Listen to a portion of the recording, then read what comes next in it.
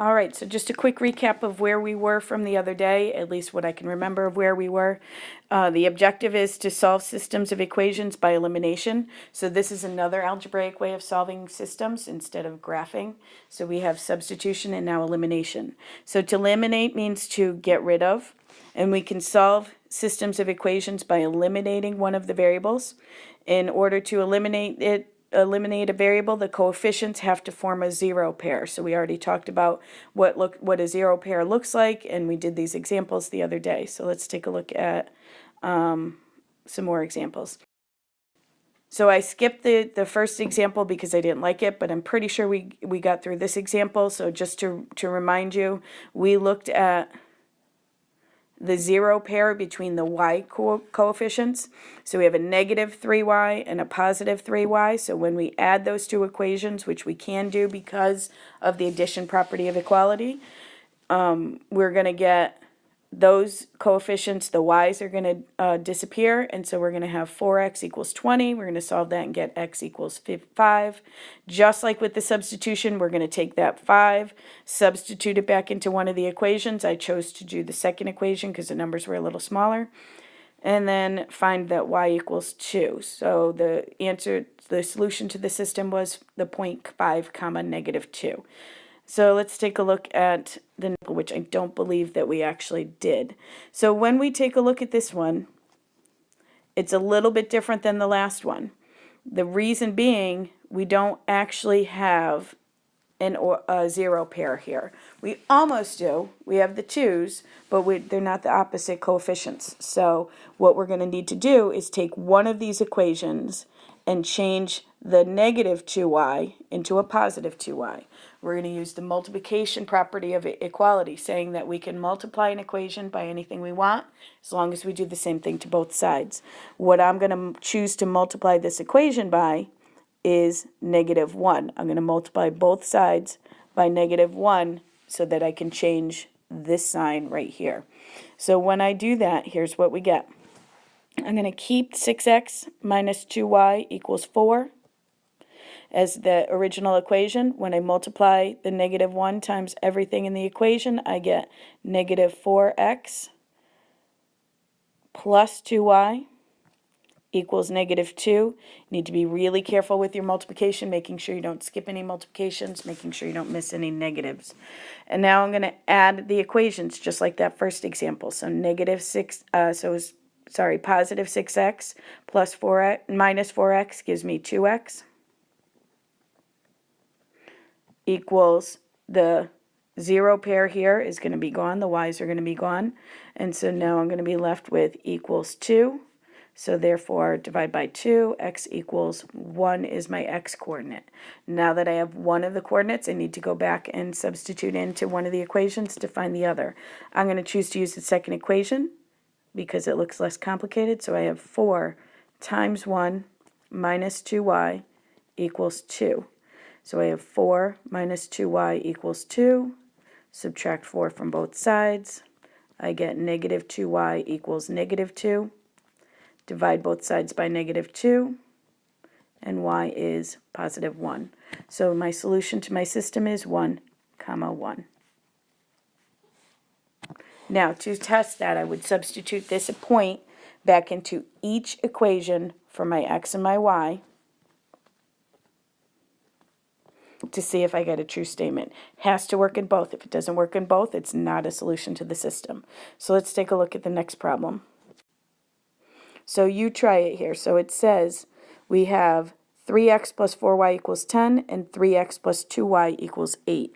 So again, the x's are almost opposites. They're almost a zero pair, but not quite. So what I'm going to do is the same thing I did for the last example. I'm going to multiply the second equation by negative 1. Now, it doesn't really matter which equation you multiply by, but the second equation has smaller numbers, so that's going to be, in the end, that's probably going to mean that I have less negatives. So taking a look at this, I'm going to have 3x plus 4y equals 10. My second equation becomes negative 3x minus 2y equals negative 8. And notice all those negatives are smaller than the positives, so I'm going to end up, when I add these equations, I'm going to end up with positives. So 3x minus 3x is gone. There's my 0 pair. I have 4y minus 2y is 2y. 10 minus 8 is 2, so 2y equals 2. Divide both sides by 2, y equals 1. Now that I have my y coordinate, I need to go back and substitute back into one of the equations. I'm going to choose to find my x. I'm going to choose to substitute back into the second equation. So we get 3x plus 2 times 1 equals 8. So 3x plus 2 equals 8. Subtract 2 from both sides. 3x equals 6. Divide both sides by 3. X equals 2. So my solution to my system of equations here is 2, 1. Okay, let's take a look at another example. Actually, yeah, these are asking you to do something different. So here's what we want to do. So we want to color each box. Rather than the colors, we're going to put stars. And it says it on your paper, but I didn't write it here. So we're going to have 1 star if the x is going to eliminate when we add them. We're going to have 2 stars if the x is going to eliminate, if the y is going to eliminate. We're going to have a negative star if we have to multiply by a negative number, and a negative 2 stars if we have to multiply by a negative. I know it sounds complicated, but it's not really that bad. So let's take a look at this first example. We have negative 4x minus 2y equals negative 12, and positive 4x plus 8y. So we have a positive 4 and a negative 4. There's my 0 pair. My x's are going to eliminate. Taking a look at the next one, 8x plus 2y equals 30. 7x plus 2y. So again, almost a 0 pair with the y's, but not quite. So I'm going to have to multiply by a negative to get rid of the y's. So as I look at this third example, I have plus 1x and minus 1x. There's my 0 pair. So I'm going to just be able to add those to get rid of the x's. Next one, plus y. Not quite a 0 pair, so I'm going to multiply one of those by negative, and I'm going to get rid of the y's. Taking a look at the next one, I have minus y plus y. If I add these equations, the y is going to disappear, and I don't have to do any extra work to make that happen. Plus x. Well, I need to get rid of one of them. I need to make one of them negative, so I'm going to have to multiply by a negative, and that's the x's that are going to go. Plus 4x minus 4x. My x's are just going to go. I don't have to do any extra work. Plus 3y.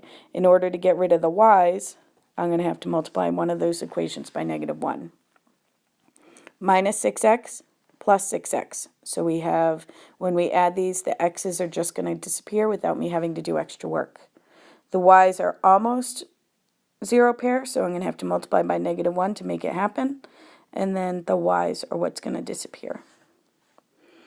Taking a look at this one, we have to be a little bit careful here because we have 2y and 2y and x and 3x.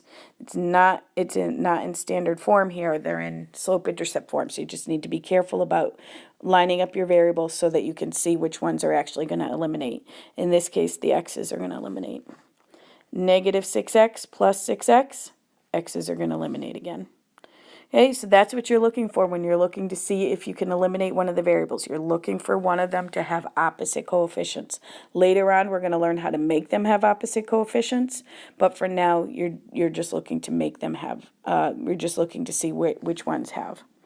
So you're going to pick 6 of these examples, and you're going to fill these in. You're going to do these examples in the bottom 6 boxes, any of the 6 from the previous page, from the top, and that's going to be your homework, along with you're going to do a worksheet. So good luck, have fun.